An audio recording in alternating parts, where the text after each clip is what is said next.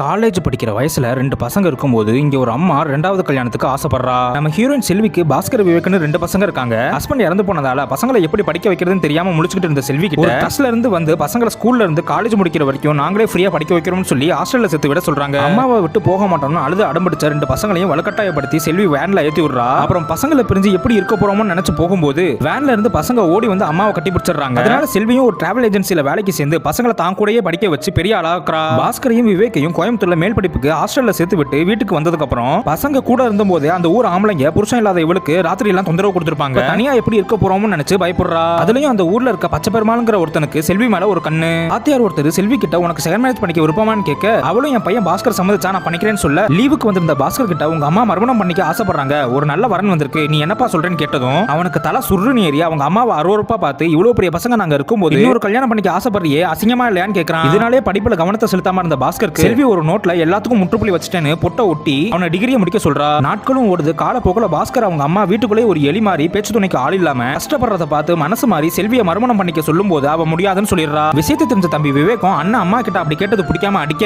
அப்புறம் அவனும் உணர்ந்து செல்வியை கல்யாணம் பண்ணிக்க சொல்ல 2 பேருக்கும் பயந்து கொஞ்ச நாள் அவங்க கண்ணில் பட வேண்டாம்னு வெளியூருக்கு போகும்போது காட்டு வழியில ஒரு காட்டு பண்ணி துரத்தி பாலுங்கணத்துல விழுந்துடுறா.